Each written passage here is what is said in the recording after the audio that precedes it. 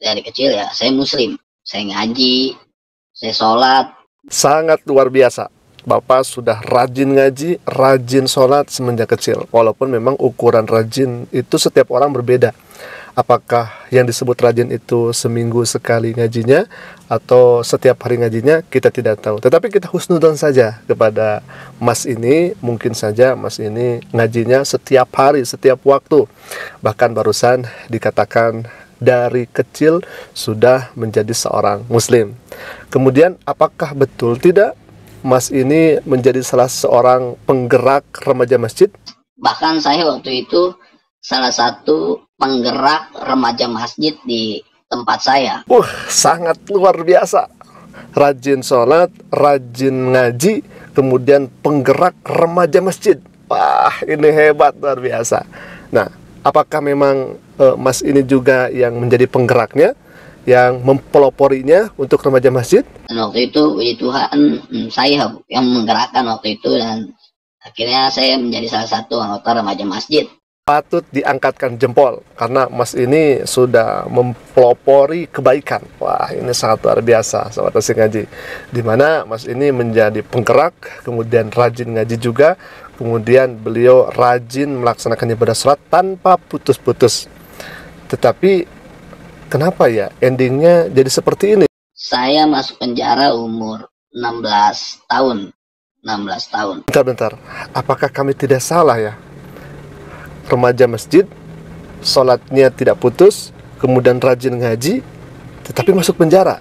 Kok bisa seperti itu? Ada apa? Kenapa? Apa penyebabnya? Ini kami menjadi bertanya-tanya. Kenapa? Kok bisa masuk penjara? Ada apa? Ada something wrong. Hunakal mushkilah. Ada apa? Kenapa bisa masuk penjara? Ada apa? Coba jelaskan. Kasusnya waktu itu ya malu sih ya kasusnya. Coba ceritakan. Kenapa bisa masuk penjara?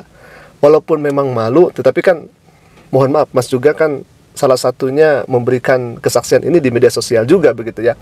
Tapi kami pengen tahu kenapa kok bisa penggerak remaja masjid, kemudian rajin sholat, kemudian rajin ngaji, kok bisa masuk penjara? Kok aneh?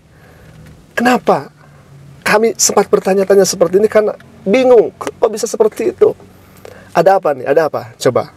Walaupun memang malu, coba sedikit dijelaskan baik-baik dan pelan-pelan. Ya, coba mungkin kami bisa membantu ya. 363 itu maling. Waktu itu saya maling tabung gas, saudara. Maling tabung gas 3 kilo waktu itu.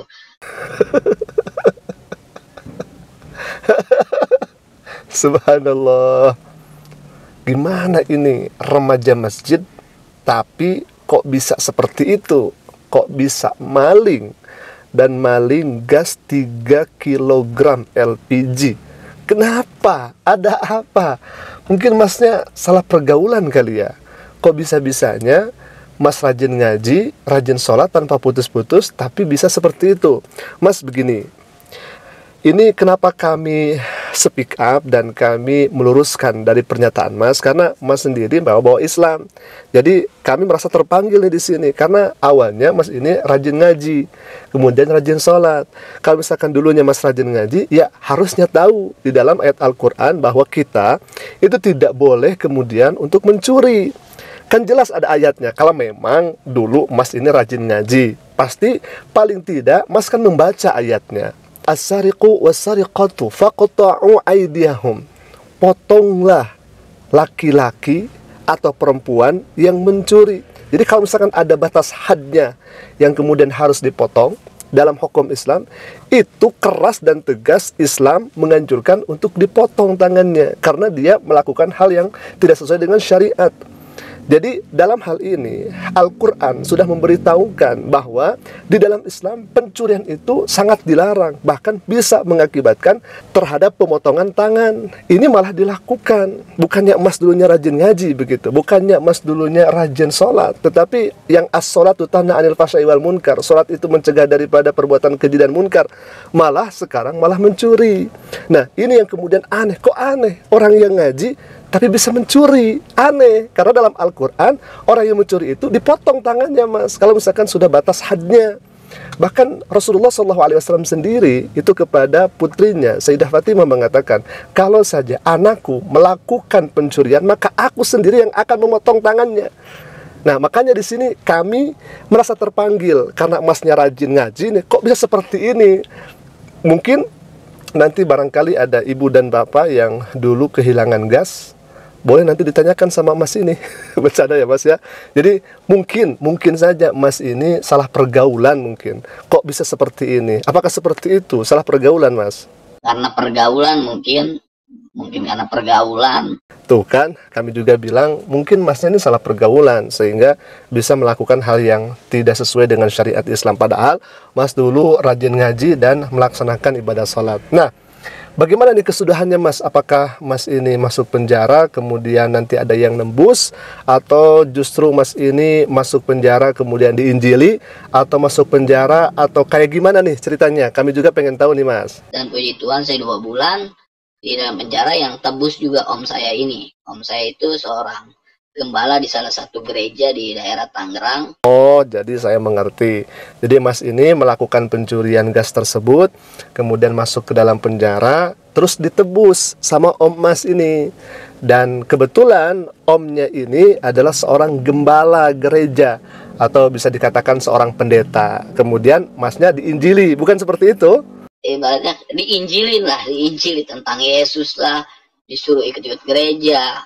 Tuh kan, saya juga Mas kan diinjili ya, kemudian disuruh ikut masuk gereja gitu. Padahal Mas dulu rajin ngaji, rajin sholat, tapi kan karena ada, mungkin bisa dikatakan utang budi mungkin ya. Saya karena benar-benar saya berutang budi ya, saya mau lagi ditebus dan sekarang harus mengikuti apa yang Om sampaikan begitu. Mungkin seperti itu ya Mas ya, karena memang ada tadi penebusan tersebut. Kemudian Mas juga jadi jarang sholat sekarang ya.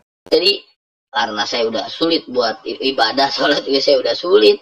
Jadi akhirnya saya bimbang. Tuh kan sekarang sholatnya jadi sulit ya, karena Mas juga sudah diinjili, kemudian ada di rumah omnya, apalagi sebelumnya salah pergaulan. Kami di sini begini Mas, bukan untuk menyalahkan bagaimana keyakinan Mas, bukan seperti itu. Jadi silahkan saja, kan di Indonesia itu ada kemudian agama-agama yang boleh dipilih oleh masyarakat yang ada di Indonesia ini begitu ya. Jadi semuanya juga dilindungi oleh undang-undang dasar. Silakan saja mau pilih Islam, atau menjadi seorang Muslim, atau menjadi seorang yang beriman kepada Allah dan Rasulnya, silahkan saja. Atau misalkan tidak seperti itu juga tidak apa-apa, karena ada jaminannya begitu ya. Yang menjadi kami terpanggil di sini tatkala Mas ini mengatakan dulu rajin sholat, rajin ngaji, tapi mohon maaf kelakuannya tidak sesuai dengan Al-Quran itu sendiri, yang kemudian Mas dulu mengklaim rajin ngaji, rajin sholat. Maka di sini kami hanya meluruskan saja bahwa apa yang disebutkan tadi Mas itu tidak benar, karena Islam itu mengajarkan tidak boleh untuk mencuri. Makanya tadi kami katakan dari awal mungkin Masnya salah pergaulan sehingga Mas bisa seperti itu. Jadi begitu ya, clear semuanya bahwa mohon maaf kami di sini sekali lagi bukan untuk mengomentari bagaimana imannya Mas ini ya, tidak ya, tetapi kami hanya meluruskan bahwa di dalam Islam tidak boleh melakukan pencurian. Ayatnya sudah jelas, hadisnya sudah nyata. Alhamdulillah, mungkin itu dulu yang bisa saya sampaikan. Aku Luka Liaza, Assalamualaikum warahmatullahi wabarakatuh.